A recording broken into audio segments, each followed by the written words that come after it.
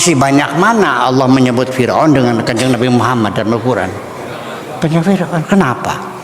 Ya karena itu kasus yang sifatnya universal, kediktatoran. Ya, ada satu orang yang diktator yang sengsara seluruh masyarakatnya. Paham dikit? Itu persoalannya. Jadi kalau seorang pribadi Anda melacur, Anda juri itu tuh silakan, karena penyakitnya sendiri, melarat deh, ya kan begitu. Tapi ketika Anda jadi pemimpin dan diktator yang sengsarakan seluruh umat manusia, ya Anda bisa bikin rakyatmu, seluruh rakyatmu murtad semua bisa. Ya, dengan lu tembak, habis kan, tangkap masuk penjara, gebugin semua, ya kan begitu. Ya, amit-amit kan, jangan terulang lagi. Yang sudah ya sudahlah. Ini sudah era demokrasi, era reformasi, kita kawal demokrasi ke depan. Lupakan saja masa lalu, nikmati saja hari ini, serahkan saja masa depan kepada Tuhan. Dengan sebab engkau selalu meratapi masa lalu dan menakuti masa depan, engkau kehilangan kenikmatan hari ini. Carilah, larilah yang kencang, wahai kekasihku. Jangan sering menoleh ke belakang, nanti engkau akan tertinggal. Kijang itu larinya lebih kencang dari macan, tetapi akhirnya tertangkap juga karena kijang terlalu sering menoleh ke belakang.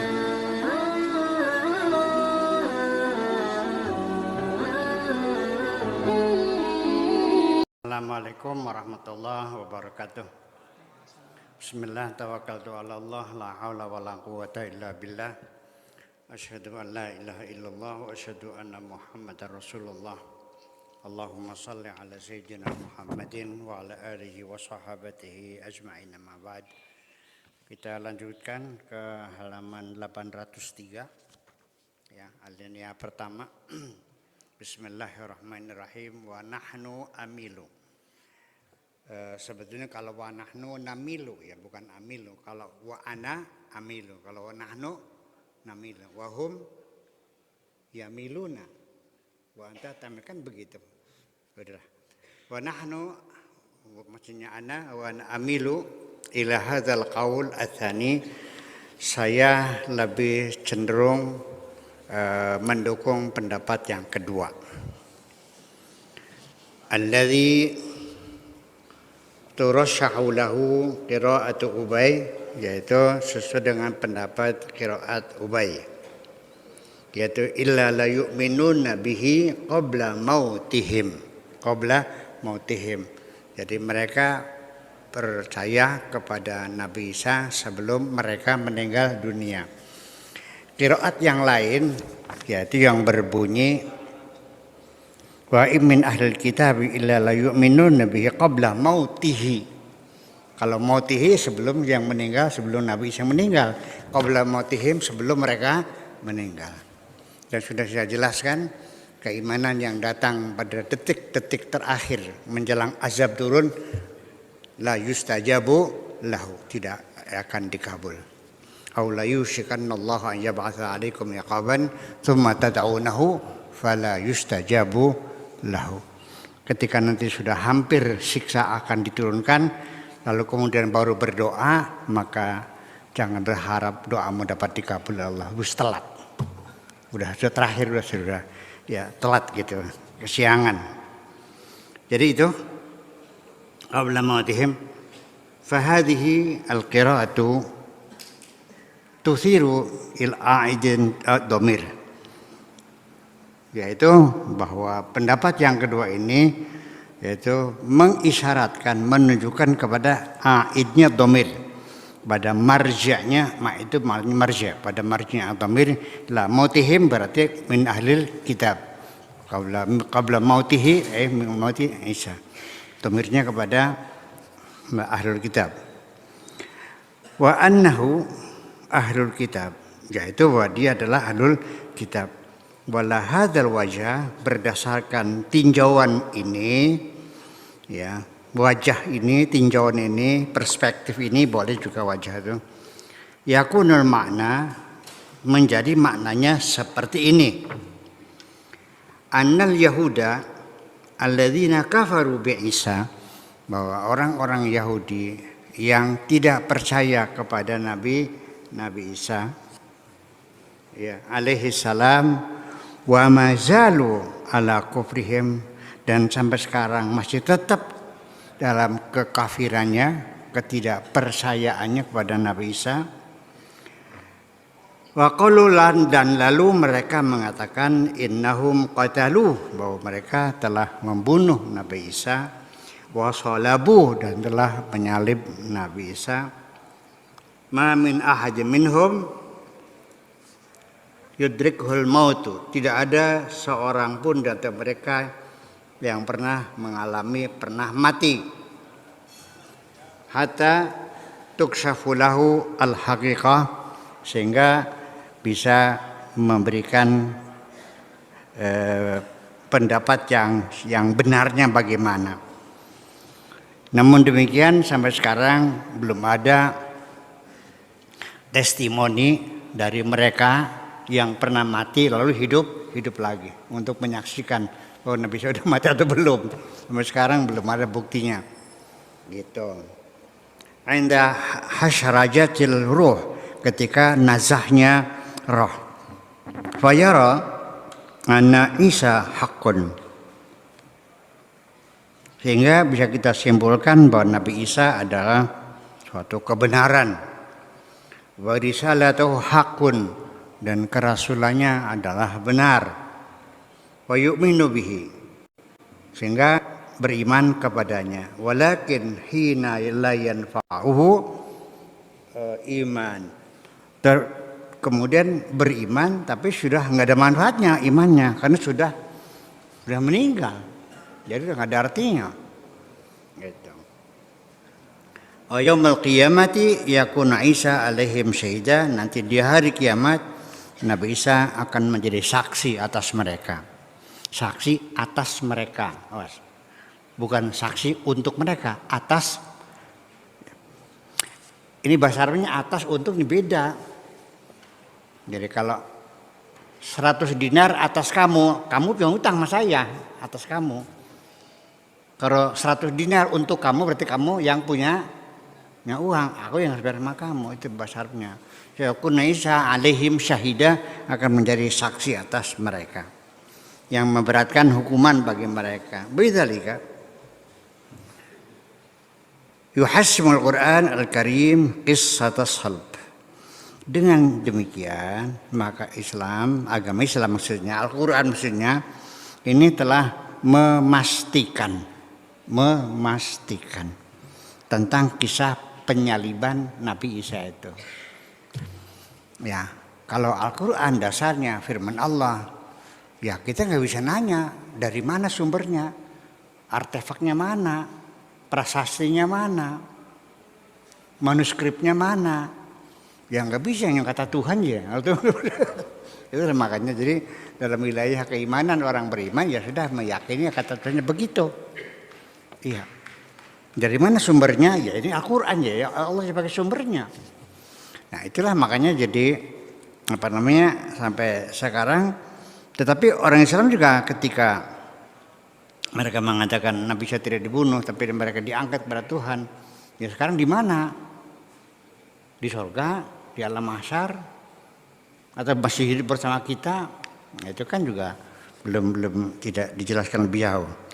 Tsumma ya'udu ba'daha ila ta'dadi manakil yahud.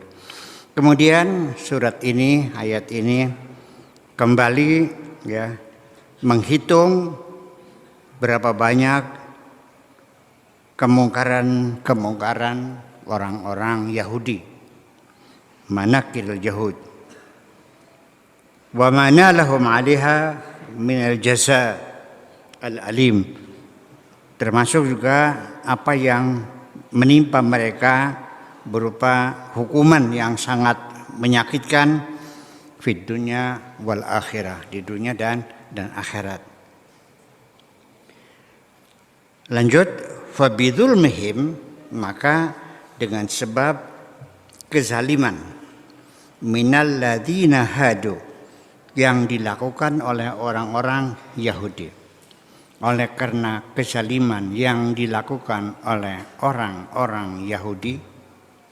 Fa bidzulmin minal ladzina hadu harramna 'alaihim thayyibati uhillat lahum. Telah kami haramkan atas mereka kenikmatan-kenikmatan yang enak-enak yang telah dihalalkan buat mereka, akhirnya kami haramkan. Wa bisaddihim an sabilillahi katsira, dan juga karena mereka selalu menghalang-halangi jalan Allah. Wa akhdhihim ar-riba, dan mereka melakukan dagang riba. Ya, mereka menggiatkan usaha riba, renten. Ya, utang 1 juta balik 2 juta. Lebih malah. Ya malah lebih. Ya kalau renten di sini kan bank pasar itu kan 1% sehari. Jadi kalau utang 100 juta sehari berapa? 1%. Berarti sehari 1 juta. Sebulan 30 juta. Setahun sinting kan? Itu kalau bayar tiap hari juta-juta. Kalau tidak ya dihitung lagi nantinya. Dikalikan lagi bunga berbunga lagi. Ya, akhirnya kamu jadi jatuh miskin kan? Ya tuh segitu jelas diharamkan, ya masih banyak jadi sini. Di pasar-pasar masih ada. Masih banyak. Renten hari Bang Aryan tuh masih banyak. Enggak tahu. Ya, enggak kapok-kapok. Gitu. Wa akhdhihim ar-riba wa qad nuhu anhu, padahal mereka dilarang jangan riba. Ahallallahu al-bai'a wa harrama ar-riba. Wa aklihim amwalan nas, dan karena mereka melakukan kejahatan yaitu makan harta orang. Bil batil, secara batil, makan harta orang secara batil. Nanti saya terangkan bagaimana cara makan harta orang secara batil itu. Barangkali enggak paham, saya terangkan. Wa atadna lil kafirina minhum adzaban alima. Wa atadna, dan kami persiapkan lil kafirina, untuk orang-orang kafir, minhum, di antara mereka, adzaban alima. Oke. Wa yudhifu ila ma sabaqa, ditambahkan lagi dari uraian yang telah lalu. Min manakirihim, berupa kemungkaran mereka. Hadihil munkarat, ya, kemungkaran ini al-jadidah, yang baru, yaitu az-zulm, kezaliman, was-saddul katsir, menghalang-halangi, an sabilillah, fahum mum'inuna fihi wadaibuna fihi, mereka sudah terbiasa dan sudah doyan dengan kezaliman seperti itu. Wa akhdhihim ar-riba, dan mereka melakukan riba, la an jahlin, bukan karena bodoh, wala an qillati tanbih, dan juga bukan kurangnya peringatan, bukan karena bodoh, bukan karena kurang peringatan, cukup diperingati berulang-ulang, mereka paham tapi mereka tetap melakukan. Faqad nuhu anhu, padahal mereka sudah dilarang. Fa asarru 'alaiha, mereka ngotot tetap saja. Waklihim, dan juga mereka makan amwalan nasi, harta manusia, bil batili, dengan kebatilan. Biriba wa ghairihi minal wasail, baik dengan riba atau dengan yang lainnya, dengan cara-cara yang lain.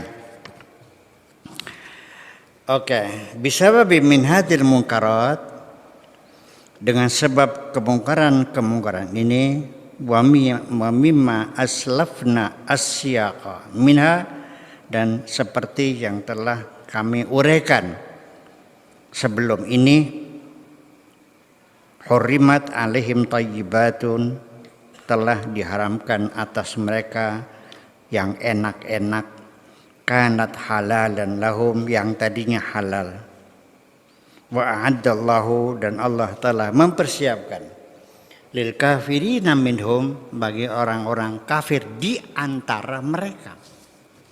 Perhatikan, orang-orang kafir di antara mereka. Berarti di antara mereka ada yang tidak kafir kan? Betul enggak? Ya itu. Jadi berarti tidak semua orang Yahudi kafir. Tidak semua orang Islam kafir, enggak. Enggak, ya 50-50 lah pada baik. Nah, ini yang ingin saya sampaikan.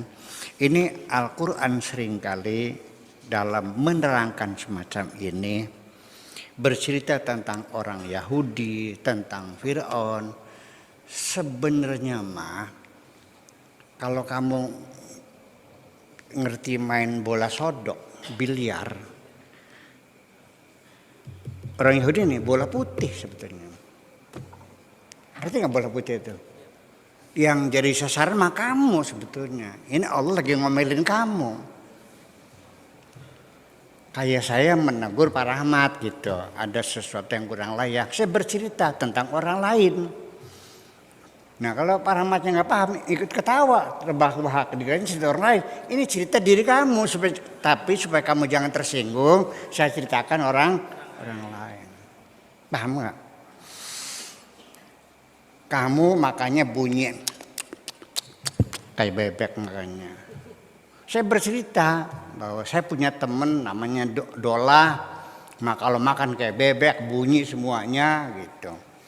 Ini orang ada yang di antara kita ada yang kena sindrom bunyi suara makan tuh. Sampai kadang-kadang bisa muntah.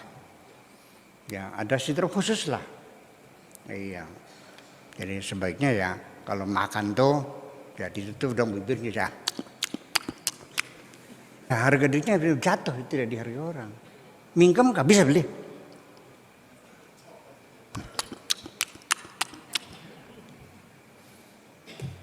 Iya. Bus perangkat mangan ngentut but. Tulis lilit mangap. Katon kabelak-lakannya. Tulis kok peren sarung. Ya kan? Macam itu. Jadi ini nih orang Yahudi makan riba, makan harta orang secara batil. Ini nih lagi ngomelin kamu, cuman ceritanya ke sana sebagai bola putih padahal menyita kamu. Artinya wa aklihim amwalan nasi bil batil, makan harta orang dengan batil itu artinya tanah wakafnya orang dijual-jualin. Entok tanah wakafnya. Kalau tidak jual di atas sana makan anak istrinya sendiri. Nggak usah disebut namanya dah, nggak boleh ya. Banyak pesantren yang tanah wakafnya habis tuh. Paham? Likin ngomong ke? Non? Iya. Profesinya sebagai guru agama. Ngajar agama. Tapi sehari-harinya dagang duit. Istrinya kerjasama. Bukan renten, kerjasama. 100 juta setiap hari harus bayar 1 juta, 1%. Begini, kalau kamu utangnya 100.000 buat dagang rujak nggak ada masalah, dapat 1.000 mah. Dagang rujak ini 100.000, sore dihitung dapat 200.000. Kenapa? Karena kamu tidak bayar yang belanja ke pasar. Tidak bayar yang buat bongko, kamu bikin bongko sendiri. Yang ngulek kamu ngebayar ngulek sendiri. Mincuknya nggak bayar, mincuk sendiri. Betul nggak? Piringnya nggak nyuruh orang, kamu nyuci sendiri. Ya 100% untungnya. Nah jadi kalau dagang 100, dapat untung 100, ya tidak berat ngasih bunga 1.000 mah. Kalau utangnya 100 juta, kalau utangnya 100 miliar, gila enggak? Bisa bayar sehari 1 miliar. Itu kan sehari-hari. Ini Allah lagi ngomelin kamu yang masih dagang, masih banyak kok. Nunggu saya sebutin. Saya tahu teman-teman kita yang masih riba gitu ada kok. Iya, sebenarnya bekal sebenarnya yang maya. Sebenarnya bekal. Tapi isinya dari riba. Tiap hari cari tanah wakaf. Kalau ada orang mati didatangi. Ya, di ngajiin Quran. Sampai orang itu tertarik. Bu Haji, kalau mati kan ditinggal semua. Iya. Ya tolong dibawa ke akhirat, kira-kira buat bekal akhirat. Gimana caranya pakai? Ya diwakafkan aja. Berarti itu kamu bawa, kalau tidak berarti ya kamu tinggal sudah. Ya udah, mangga silakan tuh ada 5 hektar diwakafin, kertek atas nama anaknya. Ada nggak begitu? Nah, iya, jangan bohong dong. Saya tahu kok. Nah ini kejahatan seperti begini nih. Jadi kamu jangan ngomelin mereka aja. Ini lagi ngomelin kamu. Kamu begitu ya, riba segala macam, menjualin tanah wakaf dan sebagainya. Ada lagi orang ngasih wakaf buat kuburan. Buat kuburan diwakafkan baik-baik. Ternyata kalau ada orang mati harus bayar 5 kintal. Baunya berapa? Itu sehari-hari semacam itu.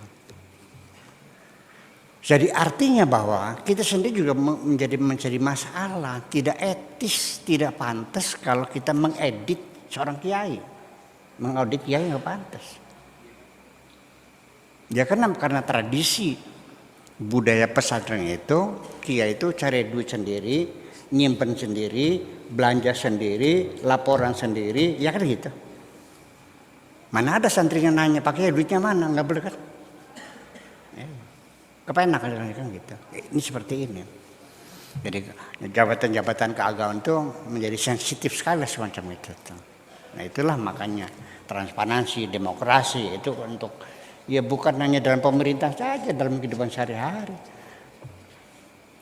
Suami istri juga perlu demokrasi, transparansi dong. Istrimu boleh tahu nggak uang kamu pakai apa? Bang, kemarin ada 50 juta rekening. Sekarang kok tinggal 25. Buat apa? Lu aja nanya tahu lah uang-uang gue. Masa begitu? Paham nggak gitu? Iya dong. Dia kan teman hidupmu, juga harus tahu kemana uang itu larinya. Iya, nggak ada seru uang lanang, uang wadon. Ya. Jadi seperti itu, ini supaya kamu jangan selalu menyalah-nyalahkan orang lain.